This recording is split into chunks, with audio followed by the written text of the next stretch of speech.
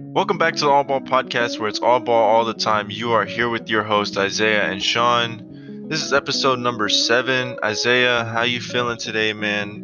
What are your thoughts about what's going on with the Rockets? I have a few words to describe how I'm feeling about the Rockets right now. Dreams do come true.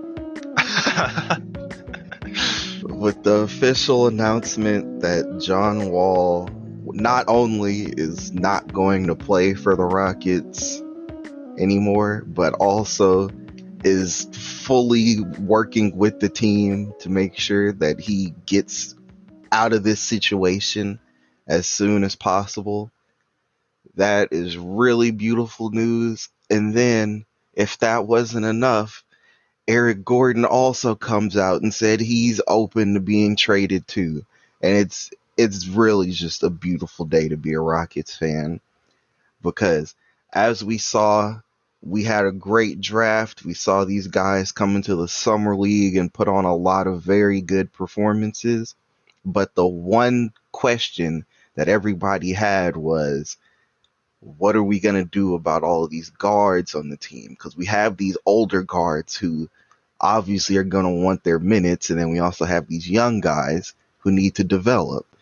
But man, just fortune smiled down upon us Rockets fans. John Wall said, "Yeah, no, I'll sit, and y'all can just move me when you move me." And Eric Gordon said pretty much the same thing, except he didn't say he would sit. Yeah, I think this is a really already we were in a great time for our franchise with the draft we've had, and then now this being able to really progress our rookies and our younger guys with John Wall sitting out and eventually being traded, and then Eric Gordon also being open to a trade. I think this is such a good thing for the franchise because it shows how much they respect the players, and I think that can lead to a lot of big free agent signings in the future. Hmm. I think it makes Houston a more attractive free agent place. Hmm. Um, I'm not sure who we'd sign in the future. I'm not sure when, but I think if we continue to fulfill these players' requests, if we send John Wall to a contender, we send Eric Gordon to a contender, a place that they want to go or wherever, I think that's super attractive to free agents, knowing that they're going to be respected by the franchise throughout their tenure here. I think another thing about that is that it also sends a good message to the guys that we have on the roster now, too. Like our young guys, especially. It kind of tells them that, hey, first of all, we're making the moves to make sure that you can get the most out of your early years right now. And then it also tells them that once you guys develop to the point where you're going to be more sought after players, well, more contributing players, Hmm. then we're going to give you the proper respect, make sure that we value you properly and just respect your wishes. And I don't remember if this was still an option for John Wall. Is the buyout still an option for him, or he decided that he was no longer willing to do a buyout? I don't think I heard him say anything about a buyout, so it might still be on the table, but I think more so the Rockets don't want to do the buyout just Mm-hmm. because that's a lot of money to just throw away. Yeah.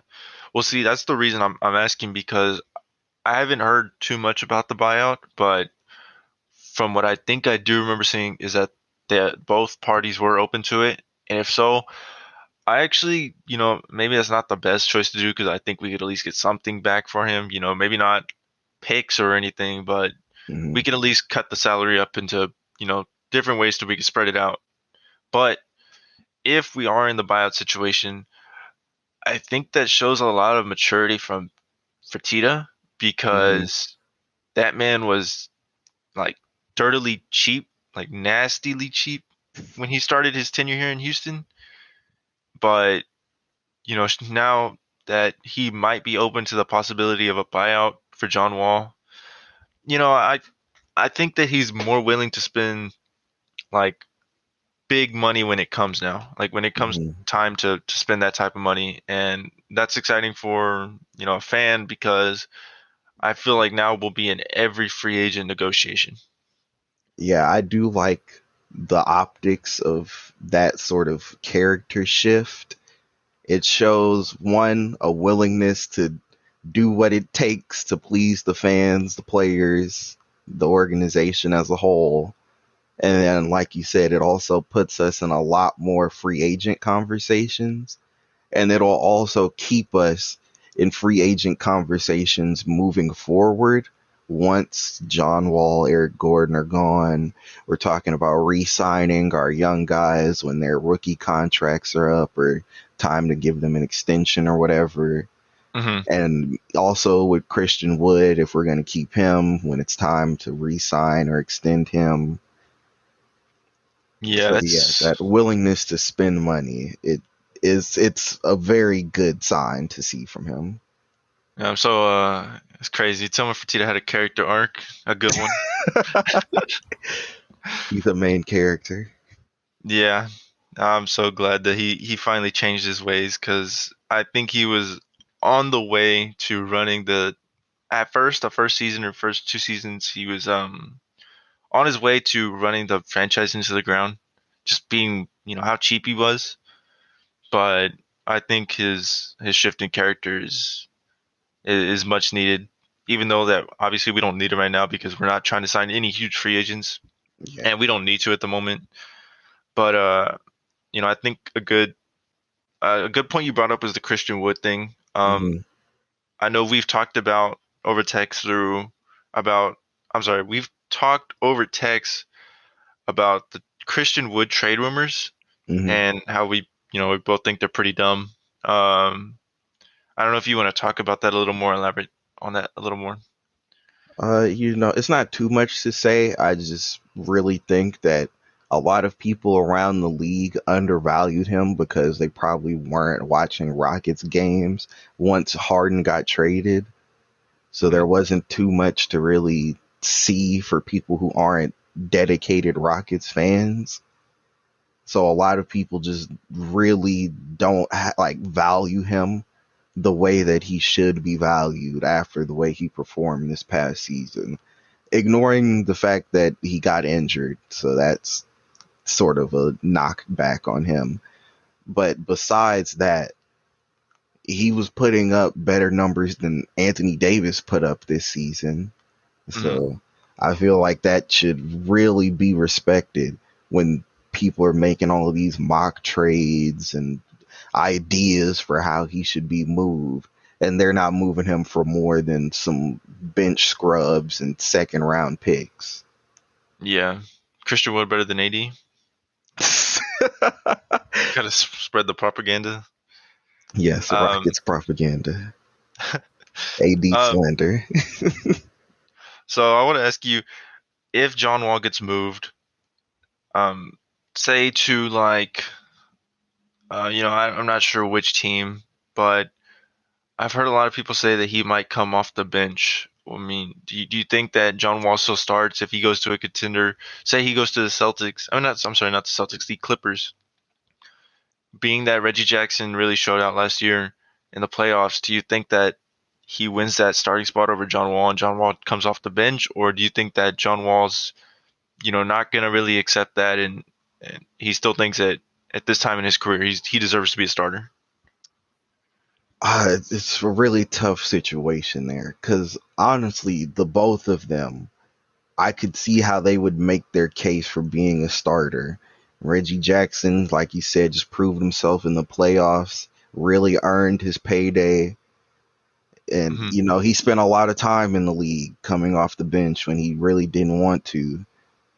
And then at the same time, John Wall, first of all, you're going to be paying this guy, I believe, the most amount of money on your team out Hmm. of everybody. So do you really want to spend all of that money just for him to be your sixth man? Hmm. And I think the thing is that when you look at Eric Gordon, who's also on the trade block for the Rockets, obviously he's in a much better situation to get traded, not only because of his salary, but Hmm. because of his fit. He's always been a guy that's welcomed coming off the bench Mhm. as more of his role. It's also been, kind of statistically proven that he performs better coming off the bench. Mhm. I mean, I don't think that it's also bad to slot him in at a starting position, at shooting guard. Mhm. But I think obviously his ideal role is coming off the bench. But you know, I think if John Wall really wants to play on a contender that already has a set, proven point guard, he might have to consider coming off the bench. Oh, absolutely. He's gonna have to at least consider it.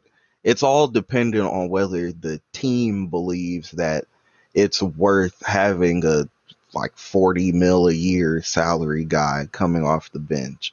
But as for Eric Gordon, another point as to why I think he would be a better fit for a trade situation as well is because he is one of the most useful role players in the league in terms of the skill he provides. 3-point shooting. Hmm.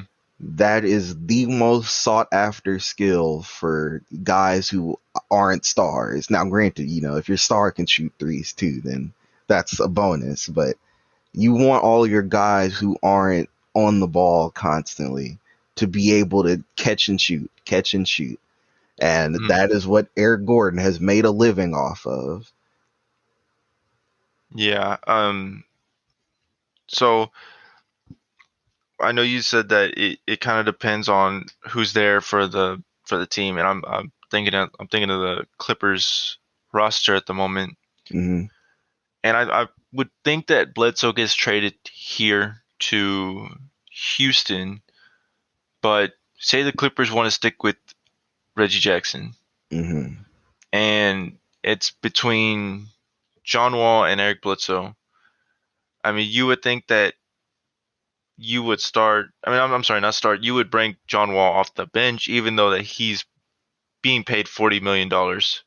Like, you would sacrifice bringing in all that salary, even if you have to put him on the bench, like because you've already had your set starting point guard. Yeah, I could see how that makes sense. You see, the reason I was even thinking like that is because I had a complete just lapse and forgot that Kawhi is going to be injured Hmm. for the start of the season. So I was Yeah. thinking about the lineup where PG would be at the two, Kawhi is at the three. So it would be three guys fighting for that one spot. But now that I remembered, Kawhi is going to be injured. So PG is going to be at the three. So that's going to be two guard spots there. In which case I could see John Wall coming off the bench more now. Because at the end Mm-hmm. of the day, I think if Kawhi and PG were both healthy, and then they're all 3-point guards fighting for one spot, Hmm. John Wall will probably be less likely to come off the bench because he'd be behind Bledsoe too. Hmm. But since now it would only be okay, either he's coming in for Bledsoe or he's coming in for Jackson, whichever one of them comes out the game first. Right. So it's much more likely that he'll see significant minutes with two open guard spots. So talking about the Rockets and I guess their roster moves. You want to go ahead and talk about the Rockets rotation, depending on if these trades happen? Yeah, because getting John Wall out of here, especially because since it's not necessarily confirmed with Eric Gordon that he's gonna sit out games or anything until he's traded, Mm-hmm. I'm not gonna necessarily just count him out of the roster yet. But John Wall has fully agreed I'm not playing games until I'm traded. The Rockets have said good because that's what we want. Hmm. So him not taking up minutes is going to be huge for our player development. So I'm just gonna go ahead and throw out my starting five that I think is gonna go out there. Hmm. KPJ, Green, Tate, Wood, Tice. And then off the bench, in no particular order, I got Kenyon Martin, Shingun, Waba, Hmm. Augustine, House. Oh, okay. Well, for House, I could have him either him, maybe Anthony Lamb, he was okay, or even Garuba, because with Wood and Ty starting, Hmm. we're using both of our quote unquote centers to in the same rotation. So we don't really have a big man who can protect. I mean, well, Shingun's there, but I mean like a But really established big man. yeah, and then you were about to say who can protect the rim, and Yeah, Shingun isn't a rim protector, so yeah. I mean, um, Kenyon Martin is a really good rim protector. I mean, he had a lot of blocks last year, but I mean, to really like go up against the guy that's twice his size, I don't know about that. yeah, he can only do so much. Yeah. Um. So if Gordon's comes back, okay. Well, actually, I don't want to bring that up, but I want to talk about DJ Augustine leading the I guess the point guard position off the bench. Hmm. I think that I'm actually really happy that he's here still, to lead the bench, because I think he's a very quality point guard, very Hmm. good quality point guard, and for only $5 million, $6 million a year, he brings a lot of leadership to that role. Yeah, and that's And what I was gonna say actually, is that it's also good to still have some of these veteran presences mhm, in our locker room to help our young guys develop, show them the ropes of, all right, this is how you train properly. These are some of the unspoken rules that you should know. This is how you should run this play. I know you said you should do this, but if this guy's coming up playing help like this, then you got to adjust on the fly. And just having guys like Augustine and also Avery Bradley, I think he's still on our roster. yeah, he is. Okay, yeah, having guys like that who have had their time in the league, it's really good for helping our young guys develop a little bit faster rather than throwing them out there on a team full of young guys just trying to figure out whatever they can just on the fly. Yeah, it's also rumored that we've brought back. Um, oh my God, I can't think of his name. One of the guys that we got back in the Harden trade. Um, Um, I know we got DJ Wilson in that trade. oh, no, that was the Tucker trade. Oh, that was the Tucker trade because Tucker went to the Bucks. Tripping. Oh my God, I'm blanking on his name really hard right now. He's a younger guy. Oh man, Oh, let me hold on. was it David Nwaba? Was it No. We were able to sign him to an extension, but okay? I'm just going through the whole roster now of people who I barely know. Uh, Kyrie Thomas. no. Let me look at the trade. It was Dante Exum. Oh, Exum. Yeah. Yeah. So I know we got Dante Exum back, but I know that he was mostly injured all season Hmm. last year. I don't know if he gets any playing time, just because I think Martin and Shingun are definitely locks to come off the bench. I think Nwaba should get some good playing time. He brings a lot of hard, like high motor defense, and some 3-point shooting and slashing. Hmm. I think Augustine has to come off the bench to run the point. We don't really have a point guard other than him off the bench. Hmm. The only place that I could really see him coming in is probably that fifth man coming off the bench. The fifth, that last rotation spot. Hmm. But I don't know if that's even what Steven Silas wants to do, running a 10 man or 9 man or however many people he wants to have coming in another rotation. Yeah. I mean, I could see a 9-man, 10-man throughout, pretty much the whole regular season since that's gonna be our entire season. Hmm. But yeah, I mean, I could see it just because you want to give the young guys their minutes to develop, obviously, but at the same time, they obviously they need their rest too. So you're gonna have to have time where the other guys can come in and do their thing, and also who knows, maybe it's a close game. They don't want to give the young guys the maybe the final shot in the clutch or something like that. So Hmm.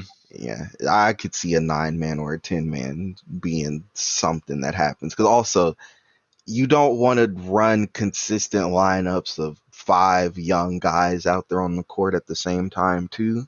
Hmm. So you're going to have to give some of those vets some minutes just to shake up the lineup and give them some leadership out there. Yeah. So which guy that we already had last year, none of the rookies, but which guy that we had last year do you think is going to make the biggest jump this year? I mean, I know KPJ's up there, and a lot of people saying that he'll make the jump, but Hmm. there's also like Kenyon Martin, Nawaba, who's already been in the league for a little bit, but who, in your opinion, who do you think he's going to be? You see, as for the whole KPJ thing, as we saw, he dropped 50 points last year playing against the Bucks of all Hmm. teams. Hmm. So I don't think there's really room for him to necessarily jump, and it's more consistency that he needs to work on. There's not like a skill gap or a talent gap that he has that he needs to jump past. He just needs to unlock that talent consistently because he already has achieved it before. Hmm. So, as for the guy that we had last year that I think is going to take a jump, I could see it maybe being Tate just Hmm. because he really like would go out there with energy and effort. And if he applies that same worth ethic that he has in games to his off-season training, it could really translate to a big jump for his overall production. Yeah, I would love a Tate jump this year. But for me, I think I'm gonna go ahead and say Kenyon Martin Jr. He's still only 20 years old, but Hmm. seeing the way he played last year, 19, 20 years old. Hmm. Um, at the end of the season, he really started to be consistent more with his three, and I know I've seen a lot of videos of him knocking down threes pretty consistently. This offseason, and we already know what he can kind of bring on the defense side of the ball, with, shot blocking, and I think he plays pretty decent on ball, defense. Hmm. But you know, I think if he could continue to consistently make his 3-point shots, obviously we know, like we saw him dunking on a lot of people last year too. Hmm. So I think as long as he stays healthy too, as his legs stay healthy, that his game can translate into more than what it already was last year. Yeah, yeah. And before I respond to that, I want to point out that you said you saw videos of him making threes in the off season. And Yeah. that's the same trap that we see every offseason Oh, with Ben where Simmons. Ben Simmons, even JaVale McGee and Dwight Howard will pull up from half court in the offseason and still not attempt a real three in the regular season. Ben Simmons, as like you like to call him, the legend himself. Ah, yes. Yeah. But as for the point you were making, yeah, I could see that. And also, he's gonna be a young athletic guy on this team full of young athletic guys. So if Hmm. everybody comes out and plays with that high motor, of course there's gonna be a lot of interior presence just because we have so many people who will be a threat to slash and dunk on most people who get in Yeah. their way. So him hitting his three ball consistently is the real key that I could see to unlocking his game more because like I said, there's going to be a lot of interior presence because of our team's threat to drive. Hmm. So if he can knock down that three off a kick out, then yeah, that's going to be a huge development for our offense as a whole and for him as an individual. Yeah. Hopefully, KPJ can have that same effect that Harden did for Ben McLemore. You know, Ben McLemore kind of turned around his career playing with James Harden just because of how James Harden was able to set him up as just a catch and shoot guy from the 3 point line. Um, Yeah. I think well, actually, before we move on, I want to take a little 1 minute to rant about 2K because they're out here disrespecting Jay Sean Tate's defense. I think they have it at a 72 perimeter defense when that man should at least like around a 80, 82 type. They have his 3 point shot too at 72. That's pretty disrespectful. You see, I've had problems with 2K for so many years that nothing even surprises me anymore. So to hear that they even have it at a 72 at all, I'm happy with that because knowing 2K, they could have easily put it at like a 65 and been like, yeah, that's fair, even though it's completely unfair. Yeah, 100% definitely unfair. You can't even make shots in 2K when you're 65. Exactly. And then, I mean, look at how they treat the best players on our team. It's most notably KPJ, who they don't even have in the 80s. Hmm. Like, you can't, this man was maybe a little inconsistent, but at the end of the day, he was definitely still a bucket. So at least give him a flat 80.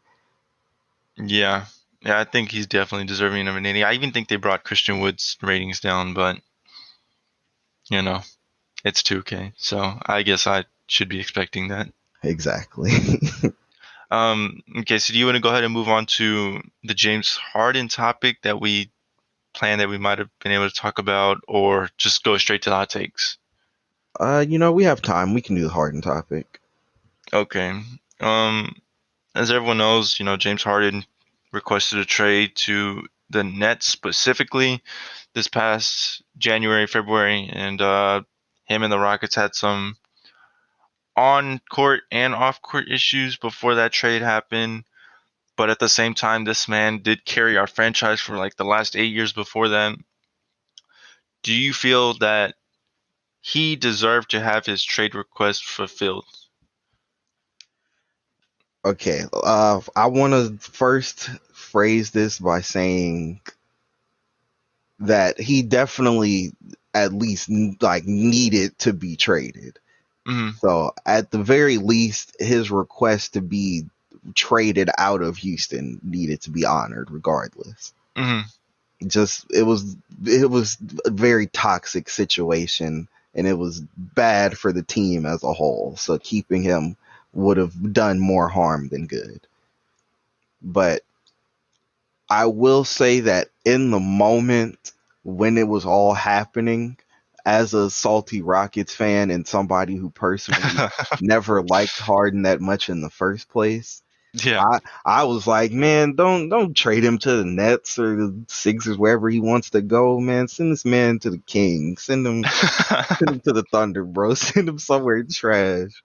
Yeah. But now after, looking at how the trade has positively impacted our team and just the overall bright future that trade has set us up for, Mm. I I really don't necessarily say that it should or shouldn't have been honored. I'm just glad that it was, and it worked out best for us that it was. So I'll say I'm happy that it was honored, and if it wasn't, then we wouldn't be in this situation we're in now. Looking back at it, at the time, well, I mean, I've always been a fan of James Harden. I think what he's done for our city on and off the court has been amazing. Especially with the just community stuff he's done, Hmm. and he's always kept the whole 8 years that he was here, other than the past season that he only played a couple games in that you would consider he was here. Hmm. He put our team in the playoffs every single year. Um, I know that it was toxic at the end, but something tells me that there was still something that was not said that was happening in the front office that caused that to happen. And I think with that, that James Harden still deserved to have his trade requests fulfilled. Um, I wanted him to go to the Nets, but at the same time, I also wanted to get the best package we could receive. Hmm. Yeah, Um, and the fact that you pointed out, okay, but yeah, it's a good thing that you mentioned that there was probably something that was happening behind the scenes that wasn't said or released publicly mhm, that caused that situation to become so volatile. yeah. And now that you point that out, it really makes me like realize that that's actually really true. Because if you look at how we started this episode, the John Wall situation, team easily sat down with Wall, agreed, all right, don't play in games. We're going to get you out of here as soon as we can. Even Mhm, if it means, oh, just you're not going to play this season at all. Yeah, we'll just no, you don't have to play and we'll get you out of here. Whereas Harden didn't get that same treatment, which means that the team likely didn't want to move him. mhm. Well, I mean, it came out before that they offered him a $50 million a year contract, and he turned that down. So they did want to keep him here for, I'm guessing, the rest of his career. Hmm. But I think that at the time that that was going on was when Fertitta was like, I know I said character arc earlier as a joke, Hmm. but he was literally right about to hit that character arc. And I think that it has something to do with Fertitta, but Hmm. also maybe Steven Silas also. I have a feeling it might not like something Steven Silas did purposely, but something Harden had a problem with that he was doing. Yeah. He also probably didn't like the fact that Silas was a rookie head coach. Hmm. And besides the fact that our roster obviously wasn't what it was before, so that was already like a downgrade to him.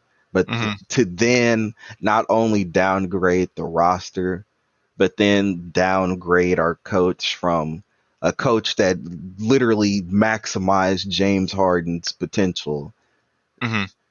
and then like replace that with a guy who was a assistant coach for Yeah. all of his time before this. Yeah, I mean, I can understand that. I mean, I wouldn't say Steven Silas was a bad coach this year at all. It just I'm sure that he was, getting working out all the problems at the beginning of the season. I'm sure James Harden didn't have time for that. Yeah, and it's definitely not fair to call Silas a bad coach after this season. One, he started the season, he's dealing with Harden being a diva. Yeah. Then Harden gets moved, and then from there on out, it's constant injuries, trades, waived, signed, injuries, trade, waived, signed, and just too many pieces moving around to really get consistent play. Yeah, we were literally the definition of a rotating door franchise. Like we had everyone Exactly. coming in and out. Like, Oladipo for like 10 games at most. yeah, I know it's still weird to me to say like, wait, we had Boogie Cousins this year? That's weird. I forgot we had him too. I think back and like, wait, that's the same year we still had Caboclo? We still had Caboclo that year? Oh man. Man, it's just weird still thinking about all the players like we had like Macklemore still and Yeah, and then he went off to the Lakers. yeah. But But yeah, it was a very interesting year for our roster, to say the least. yeah, I think it came out that we had a total of 40 players play out for us. That is so bad to Man, say. we were giving everyone's job. We were like, hey, bro, I see that you've been sitting at home on your couch for 2 years. You want a contract? Come on, we'll give you a contract. Exactly. But all right, let's go ahead and move on to the hot takes. Do you want to start with yours or start with mine? I'll start with mine. Okay. It's a fairly simple hot take. Okay. I'm going to say that I believe without a doubt, this next season, LeMelo will be better than Lonzo. You know what? I'm actually in full agreement with that because LaMelo at least has basically the keys to the franchise already Hmm. as to where LaMelo's coming in more playing his role, not like the star like Zach LaVine. Um, Hmm. so yeah, I definitely agree with you there. Okay, yeah, that's good. Because the way I see it is Lonzo has essentially, even if he stayed on the Pelicans, he has just forced himself into this box of, all right, I'm gonna just play make, I'm gonna do my catch and shooting, I'm gonna play good defense, and that's that. Mm, Whereas LaMelo, he came into the league just firing on all cylinders. I'm gonna do whatever, and if it works, it works. No, yeah. I'm gonna catch 10 rebounds this night. I'm gonna throw full court dimes tonight. Oh, I'm gonna catch and shoot here. I'm gonna shoot threes off the dribble here. I'm gonna drive. I'm gonna do all of these in the same game in some cases. Hmm. So yeah, just that confidence build up, that fearless play style, it really puts him in a position to better maximize his potential as a player. Yeah. And then to have a roster constructed around him full of guys who will catch lobs at any minute. Mm, Just it really sets LaMelo up to develop and just really take off this season. I could see him even being an all-star this season if all things go right health-wise with him and his team. yeah. One of the things that I noticed, when he came into the league was how aggressive he was, but I think he was able to show how mature he is by showing that it's very much a controlled aggression. Hmm. He's not out there making super sloppy plays. He wasn't out there, turning the ball over 10 times a game and, doing all this stuff to get into foul trouble. And, Hmm. Like um, yeah, it was definitely an improved aggression from what we saw even his time in Australia. mhm. So just to improve that much in your very next season of basketball is crazy to see. Did LiAngelo ever make the roster? I never heard any news about that. They have not officially signed him yet, unfortunately. I can hear the pain in your voice. Yeah, I really want to see LiAngelo play with Lamella because I know that that's gonna be a very dynamic duo in terms of Lamelo. He's gonna dribble, blow by, get to the rack. Oh, big comes up to contest, kicks out to the corner, and there's LiAngelo for three. I can see the play in my head. All they have to do is give this man a contract. You think one day all three Ball brothers will play together on the same team? I don't see it. I mean, because first of all, we can't even get two together. First of all, Yeah. but let's say okay, we could get LiAngelo and Lamelo both on the Hornets. Hmm. Then with that like set up there, if Lonzo's fit in Chicago doesn't work for some odd reason, Hmm. then I could see him joining up with his brothers at that point. Like, well, I mean, what do I have to lose at this point? So, Yeah. and then Um. plus, because, first of all, LaMelo, he showed a willingness to be an off ball catch and shoot kind of guy. Hmm. So I think his fit with Lonzo could really work because if Lonzo wants to run the offense, LaMelo can catch and shoot. And then when LaMelo's running the offense, Lonzo has developed himself into being a good catch and shoot player. So it'd be very easy for him to catch and shoot. Yeah, I think it'd be pretty fun watching them all three play together. But Plus, the Chino Hills offense of just running down in transition and just full court heaves. what would make it even better is if LeVar suited up too. Never lost. That team would go 82-0. But all right, do you want to go ahead and move on to my hot take? Yeah, yeah, yeah. All right, my hot take is Jason Williams, the man known as White Chocolate, Oh wow. is one of the most underrated passers to ever play the game. Okay, I can see that. I can see that. I think that if this man, I know this came out like not too long ago that someone gave a take about this, but I kind of want to elaborate on it a little more. Mhm. This man was literally like a walking highlight reel, Mhm. like That's true. passing wise. Yes, he wasn't the most amazing scorer. Like he wasn't out here like shooting like Steph Curry or, anything like that. Mhm. But if you look at the man's passing, like the highlights, yo, this man had like a gift that I think people don't really even think about when they think about some of the best passers of all time. You see, yeah, I think because he didn't really have a stretch of dominance really Hmm. that puts him in the back of people's minds, and then he doesn't have any real accolades, so that pushes him even further into the back of people's minds. Hmm. But outside of all of this other stuff that sets up legacy, like you said, just looking at his highlights, he was probably the second most creative passer I've ever seen, only behind Pistol Pete. Hmm. So just the fact that he can even be in that conversation with somebody like Pistol Pete, who is performing magic tricks on the court, basically, Yeah, man, it go says ahead. a lot. It says a lot about the skill level that he had in terms of getting a pass to somebody in a non-conventional way.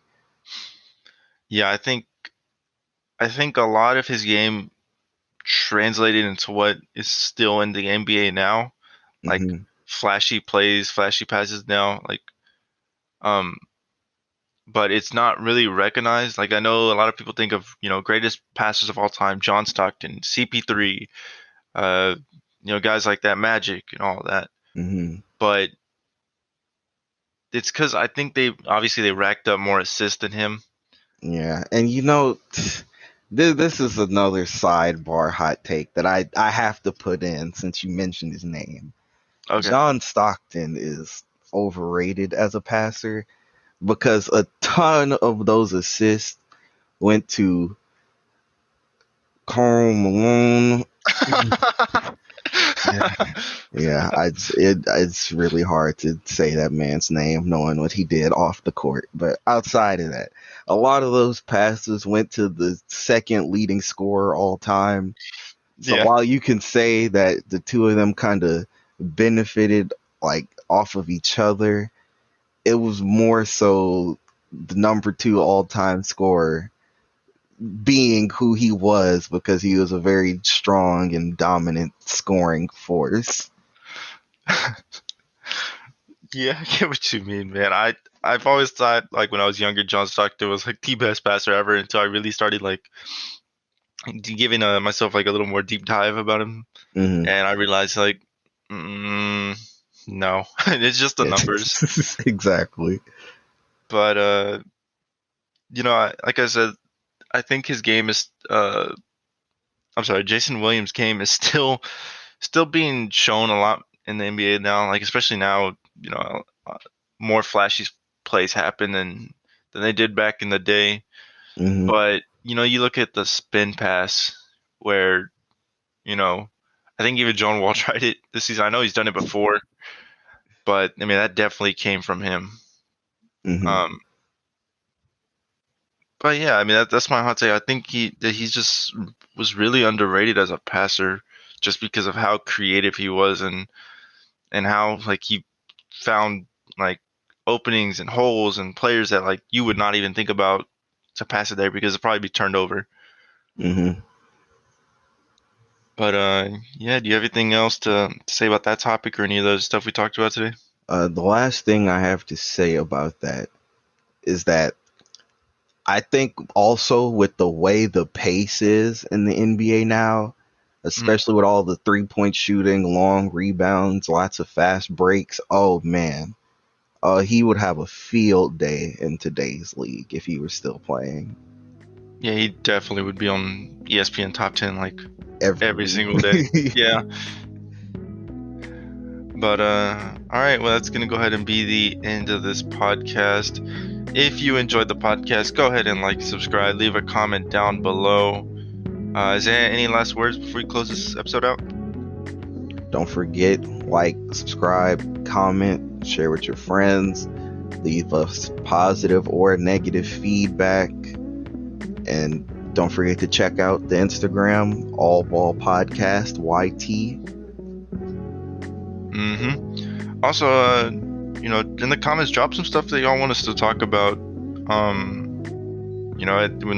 At the moment when the NBA is still not really happening at the moment, we can use some recommendations on what to talk about. But yeah, see you on the next episode.